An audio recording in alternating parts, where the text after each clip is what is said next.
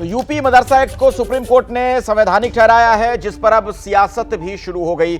Samajwadi party के विधायक हैं अतुल प्रधान, उन्होंने इस मामले पर यूपी की योगी सरकार पर हमला बोला है।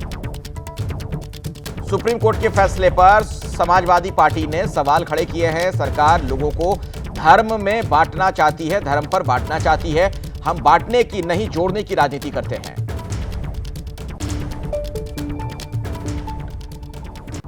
अतुल जी, एक बात आप लोगों ने भी उठाई थी कि जो उत्तर प्रदेश सरकार मदरसा एक्ट लेके आई थी उसको असंवैधानिक बताया जा रहा था, लेकिन सुप्रीम कोर्ट ने अब उसे सही ठहराया, तो इसको लेकर के क्या कहें? देखिए, धार्मिक मसलों में कई बार सरकारें हस्तक्षेप तब करती हैं जब उनको हिंदू मुसलमान की कोई लड़ाई करानी है। ये पूरी सरकार, भारतीय जनता पार्टी की सरकार, चाहे उत्तर प्रदेश की हो, केंद्र की हो, ये पूरी की पूरी हिंदू और मुसलमान के नाम पर सियासत करने वाली सरकार है।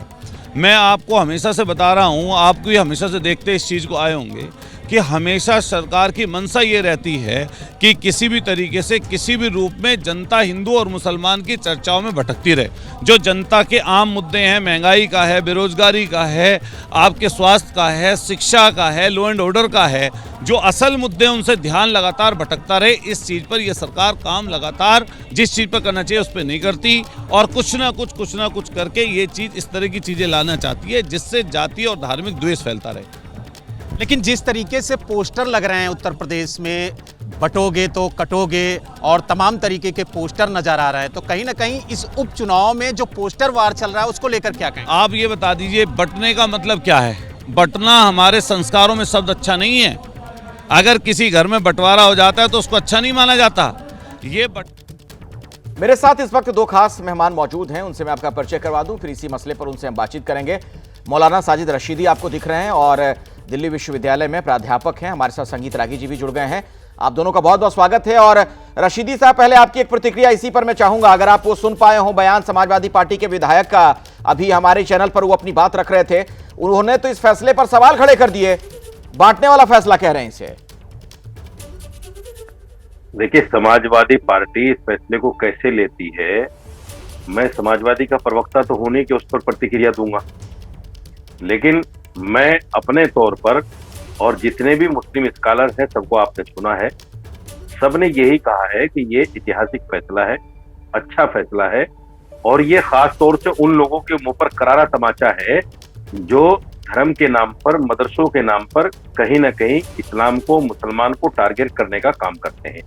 जो लोग कहते हैं आतंकवाद के अड्डे हैं, जो लोग कहते हैं इसमें आतंकवाद की पढ़ाई होती है, जो कहते थे कि हमने 600 मदरसे बंद कर दिए, हम और भी बंद करेंगे, तो ये उन लोगों के लिए कहीं ना कहीं करारा तमाचा है कि भाई आपने जो एक्ट बनाया, यानी सरकार ने जो एक्ट बनाया उसको सिरे से नकारा नहीं जा सकता। ये अवैध नहीं है, ये वैध है, इसको समझने की जरूरत है। तो ये एक्ट सही है बिल्कुल पूरी तरीके से, आप मानते हैं ना? बिल्कुल सही है, बिल्कुल सही है। इसमें गलत क्या है? देखिए, मदरसा जो गवर्नमेंट के अंडर चलता है और गवर्नमेंट जिसको पैसा देकर उस मदरसे को रन कर रही है, तो गवर्नमेंट को ये भी इख्तियार है कि उसमें सिलेबस क्या हो, गवर्नमेंट को ये भी इख्तियार है उसका इंफ्रास्ट्रक्चर कैसा हो, गवर्नमेंट को ये भी इख्तियार है। गवर्नमेंट अगर ये सब तय करे, इसमें आपको कोई आपत्ति तो नहीं है अगर सरकार नजर रखे तो? हमें कोई आपत्ति नहीं है, लेकिन दूसरी बात ये है कि ये एक्ट, जैसे आपने खालिद रशीद फरंगी मेहंदी को सुना है, ये सिर्फ मदरसों के नाम पर एक्ट नहीं है, ये उन तमाम धार्मिक इंस्टीट्यूशन के लिए एक्ट है जो किसी भी धर्म के नाम पर चल रहे हैं, उन सब के लिए है। ठीक है, मदरसों को तो बदनाम किया जा रहा है, मदरसों का नाम को। संगीत रागी जी, आप कैसे देख रहे हैं इस फैसले को, सुप्रीम कोर्ट का आज का ये फैसला? देखिए, सबसे पहले तो मैं ये मानता हूं कि आर्टिकल 30 के अंदर जो माइनॉरिटी को अधिकार दिया गया है, खास करके उससे मुस्लिम समाज को फायदा उठाया है और इस आर्टिकल को ही निरस्त किया जाना चाहिए। एक दूसरी बात, मदरसों की शिक्षा सेकुलर शिक्षा नहीं है, यह एक कॉम्युनल नकारात्मक शिक्षा है, मैं ऐसा मानता हूं। अब इससे सुप्रीम कोर्ट सहमत हो ना सहमत हो, इससे मेरा कोई लेना देना नहीं है।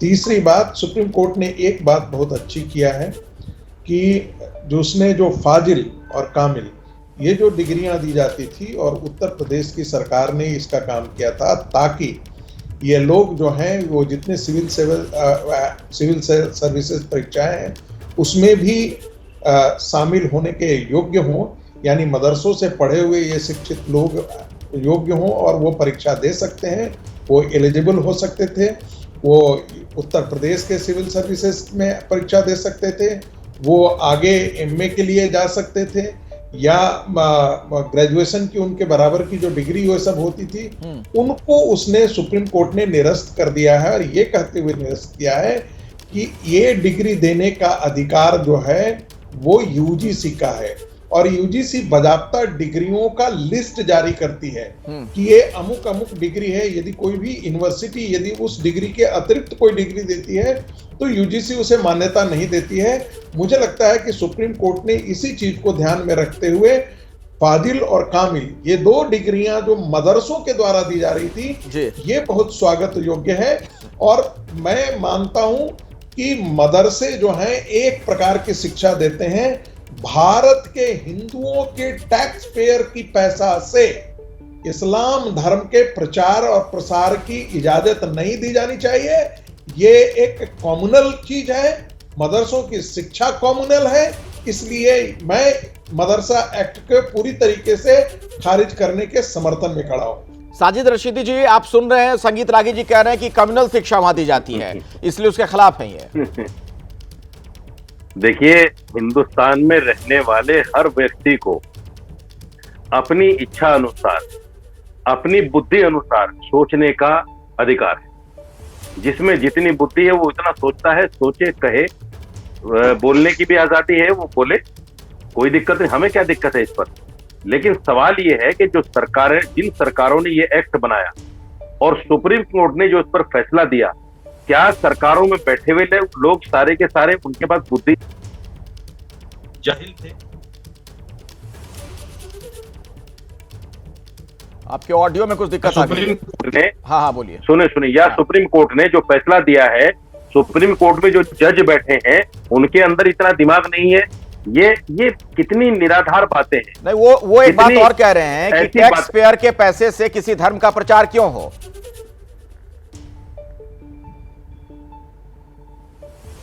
नहीं, देखिए, टैक्स पेयर का पैसा तो दीपावली में भी करोड़ों रुपए खर्च हो रहा है, टैक्स पेयर का पैसा महाकुंभ में भी लगता है, टैक्स पेयर का पैसा प्राण प्रतिष्ठा में भी लगा है। उस पर आपको संगीत रागी जी आपत्ति नहीं है?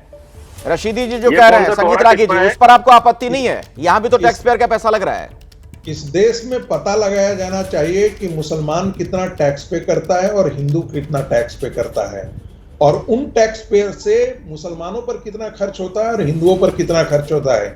इसकी भी जानकारी जरूर इकट्ठा की जानी चाहिए कि इस देश में मुसलमान कितना टैक्स पे करता है। एक दूसरी बात, मैं मानता हूं कि इस्लाम की शिक्षा जो है वह एक कॉम्युनल शिक्षा, एक प्रकार की शिक्षा जहां पर यह कहा जा सकता है अल्लाह के अतिरिक्त और किसी की पूजा नहीं की जा सकती है, आराधना नहीं की जा सकती है, वो पूजा के लायक नहीं है।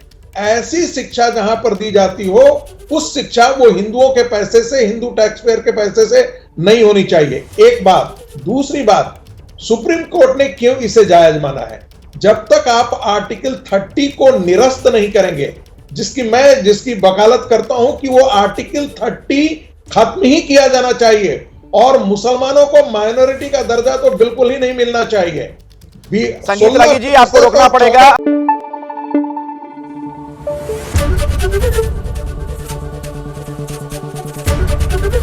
एबीपी न्यूज आपको रखे आगे।